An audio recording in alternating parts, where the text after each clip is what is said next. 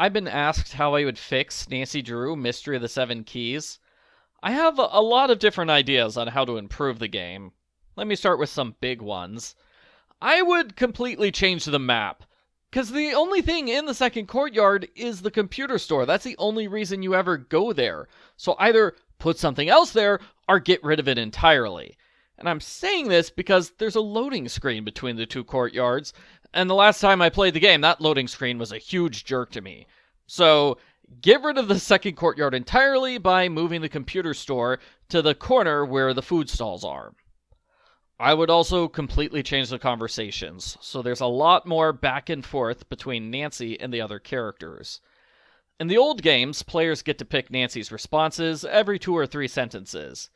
In this game, you pick Nancy's responses once. Also in the old games, you could call Nancy's friends whenever you want. That's not the case here. You can't call the Hardy Boys whenever, you can only call them once, and only at a specific time. Same with Nancy's dad and Ned. I miss being able to call the friends and have casual chats about the case. The in-person characters also refuse to talk to you outside of specific times.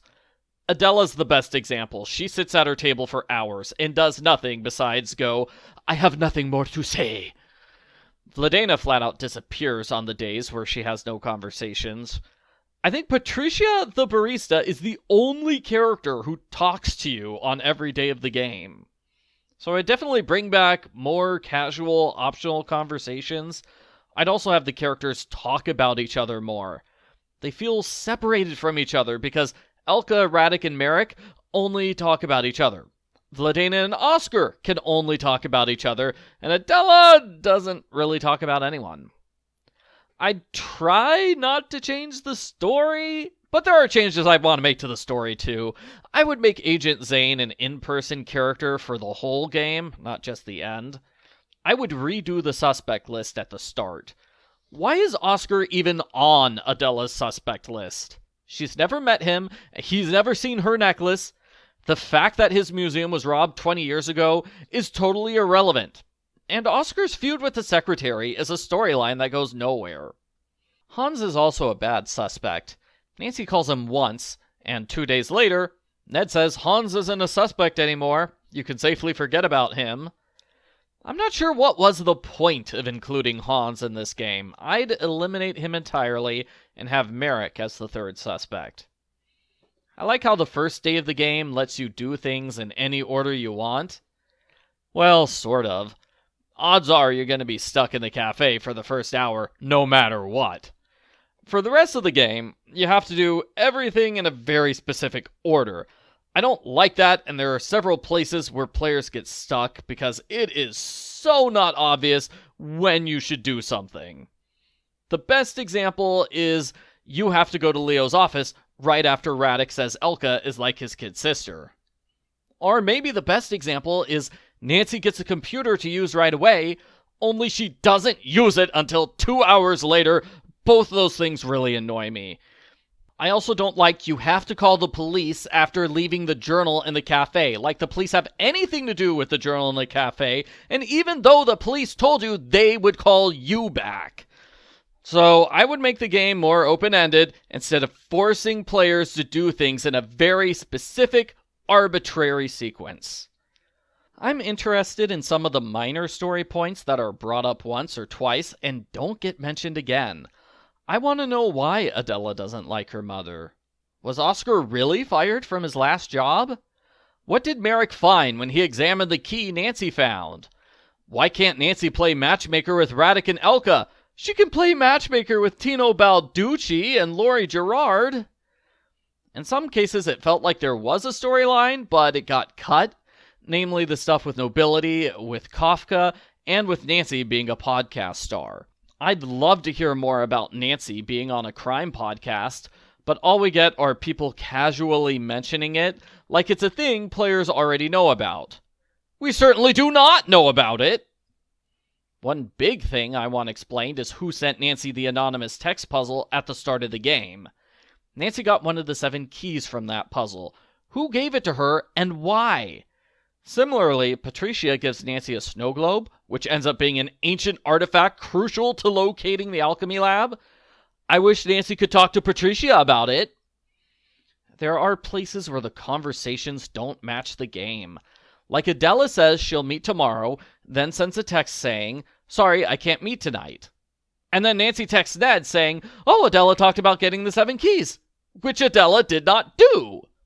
Those felt like moments where the game script got rewritten, but they didn't change things to match, either because they forgot or because it would have cost too much money to bring in the voice actors to re-record lines. Probably the biggest example of the conversation gameplay mismatch is the Degas file.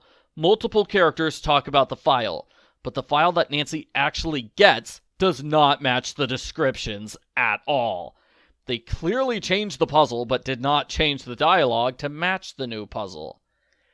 I think something different needs to be done with the Ghost Knight. Have one or more of the characters talk about the legendary Ghost Knight before it first appears. The costume looks cool, but I have no idea why the culprit picked that costume to scare Nancy with.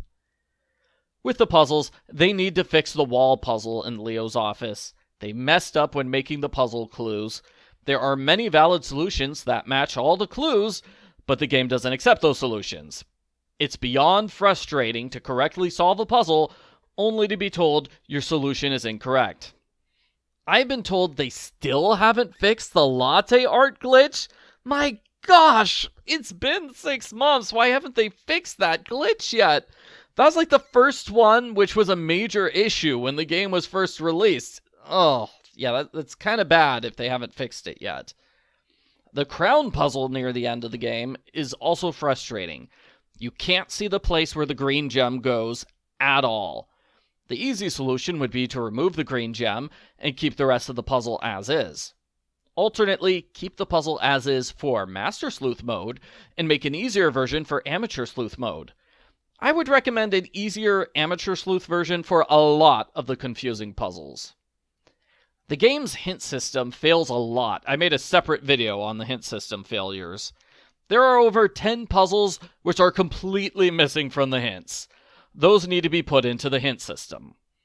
There are lots of places where you have 5 things to do, but the hint system only mentions one of the 5 things. That's not helpful. It's also unhelpful when the hint is, solve the puzzle, instead of telling you how to solve the puzzle. There are too many puzzles in the game where it's not obvious what you have to do. I've played the game over 10 times. I still don't understand how you're supposed to solve the suit of armor puzzle.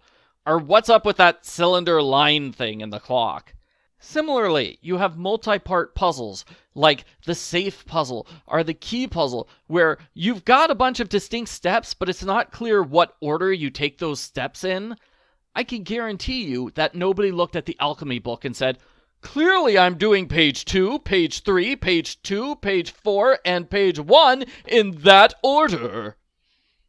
This problem would be avoided if the hint system was more thorough, or if you could call Nancy's friends for help, or if Nancy said puzzle instructions out loud like she does all the time in the older games. Alternately, they could have puzzle instructions appear on screen for every puzzle. That would be a big help. If that's too intrusive, then have a click here for instructions button on certain puzzles, which is what happened in older games. I'd also redo the inventory system. Too many inventory items look similar to me, and it's hard to navigate the inventory when it's full. Oh, and the NPCs. Whenever you go through the courtyard, you're gonna see the same character standing in 5 different places. People really hate that. Either separate the characters more, or give them different colored clothing so it's less obvious they're being reused. I think those are all the major things I would do to improve the game. I have a lot of other suggestions. I'll try to get through them quickly. I'd like to play the Mariage card game. That sounded cool. The photo-taking challenge is too picky. The map screen is so useless, I would remove it entirely.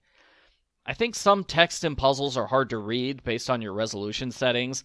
This might be unpopular, but I would eliminate all the resolution stuff entirely. I would have the game run on the same resolution as Sea of Darkness, with everything optimized for that resolution. It should be more obvious how to get to the Second Shine website and how to go on the haunted tour. The game accidentally gives Patricia the wrong last name when she's added to your phone as a contact. Yeah, that's bad. With the task list, it's annoying that the game won't let you check off a finished task unless you've checked off every subtask first.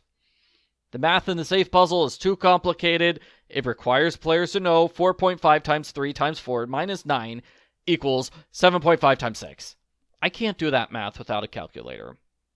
With the tunnel maze puzzles, all the doors are closed, including the correct exit door. I would have the correct exit be the one door that's open, just to make it obvious that's the exit you're looking for. I like the puzzle where you figure out the key weights, but it has gotten so much hate on the internet that I'm convinced it should be changed. Just get rid of the blueprint where the weight is covered up. I think that's most of the stuff I have to say. You can check out my 2.5-hour review of the game if you really want to hear more and want me to go into detail about every specific little thing in the game that needs improvement.